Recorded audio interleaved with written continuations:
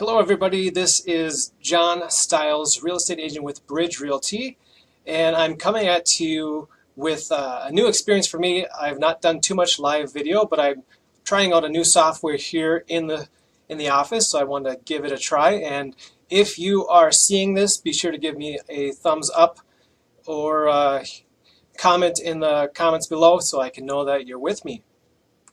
And what I wanted to do today is talk to you landlords out there for about a topic, the certificate of rent paid.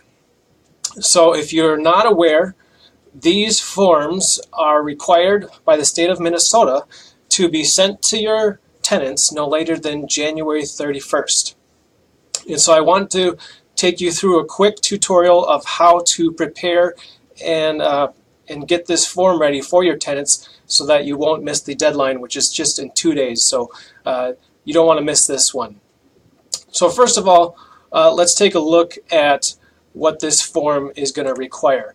So the form looks like this, and what you need to put on it is your the amount of rent that your tenants paid, how many adults lived in the house or apartment, and then you do a little bit of a calculation, and then you just hand it to your tenant, and they can take care of the filing from there.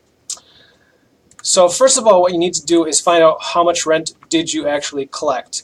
So it's going to depend on how you track that information for yourself. For myself, I use QuickBooks. And so if you go into QuickBooks, you can click on the Reports drop-down menu, hover over the Sales sub-menu, and click on Sales by Customer Summary. Okay, once you've done that, it's going to show you a report that looks like this, and you're going to want to click on Customize Report. And that'll bring you over to a window that looks like this. You want to check 3 different things. First of all, you want to check that you're calculating the total rents for the previous year. So that's probably going to say last fiscal year. You can see the dates here, January 1st, 2017 through December 31st, 2017.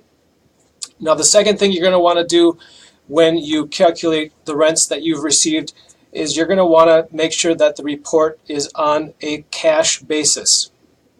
If for some reason you select accrual basis, then the report is going to show you how much rent you have billed your tenants for. But if you've entered a bill for a rent amount, but you've actually not received that, you don't want to report that that's been paid. So you're definitely going to want that the report is on a cash basis. And then this next thing won't apply to everyone, but if you're receiving rent from some sort of government agency such as Section 8, then you can itemize those different types of rent payments within QuickBooks on your bill, and then in the report you can have it show up the different totals by item type. So you could have one item being Section 8 payments, and that'll show up there, and another item being customer or tenant payments, and that'll show up right there. If you don't have any Section 8 payments, then don't worry about that. You can just select totals only in this display column section. Alright, so then the report is going to show up like this. If you have just one tenant, it will show up here. If you have multiple tenants, it will show you a whole list of them. And then it will show you the total rent paid for the time period, which is last year, right here. If you've had a tenant in that space for the full year and they've been paying the same amount of rent for that whole year, then you can do a quick total divided by 12, and that should equal their monthly rent. In this scenario, it doesn't come out to an even number because this tenant was paying different amounts at the first part of the year, and then the rent changed to a different amount at the second part of the year, and so it doesn't even out to an even number when you divide by 12. But that's just kind of a way that you can do a quick check to see does the total rent amount make sense.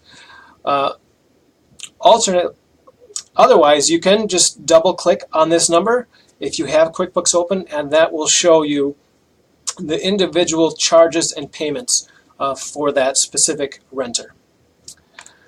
Okay, now once you've got your total rent received, you want to get the CRP form, and you can do that by going to, you can just Google Minnesota 2017 CRP, or you can go type in this whole web address right here. It's revenue.state.ms/forms/instructions/CRP_17.pdf.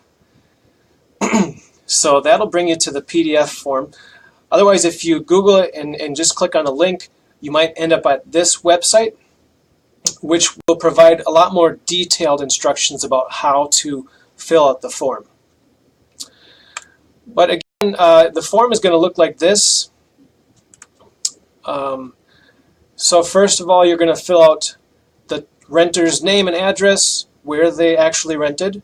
So if they've moved out from your rental apartment or home, you're not going to put in their forwarding address. You're going to put in the rental address here.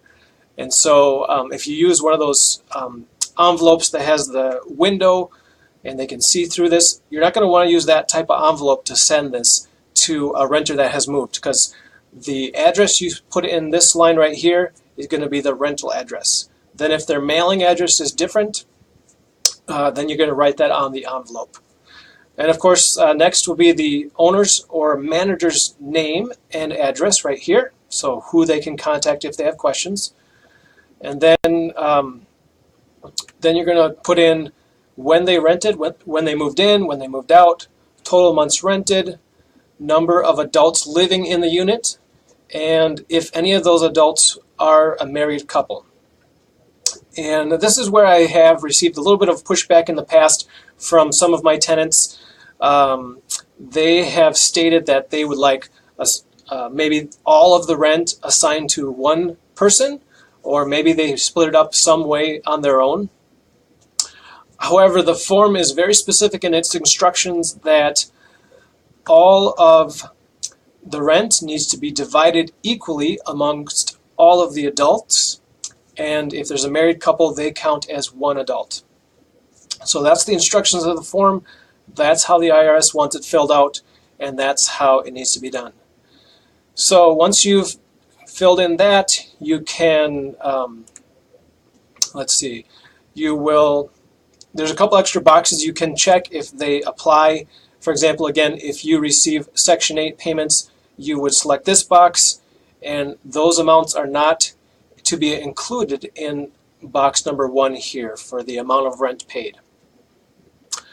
So once you've done all that, you make the calculation. In this year, the calculation that you're going to do is 17%, and then you put the result in box number 3 here.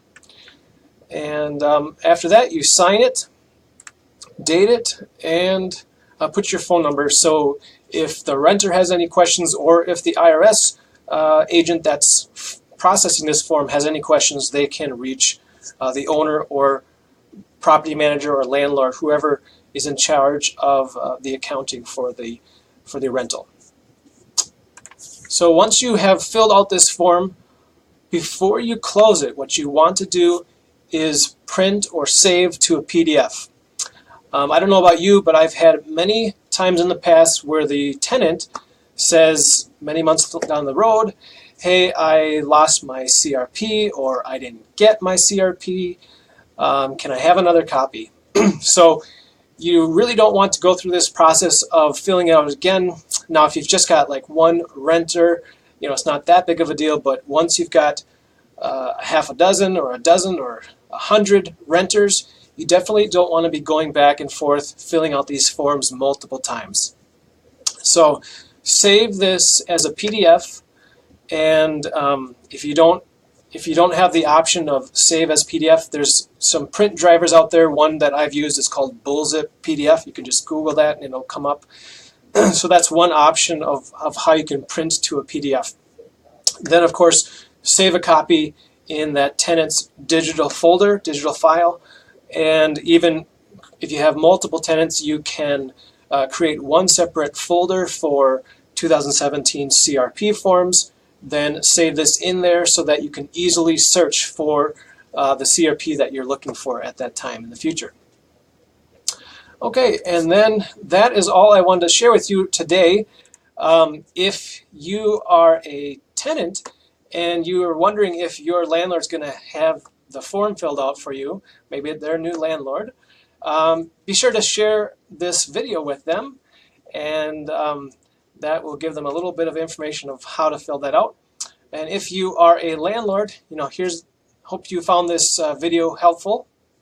Please keep in mind that at Bridge Realty, we work both with your retail move-in home buyers as well as investors. So whether you're looking for multifamily to buy or sell, we'd love to be a resource for you in that regard. So I really appreciate you tuning into this video. If you have found this helpful, be sure to like it and share the video. And we'll catch you next time. Have a great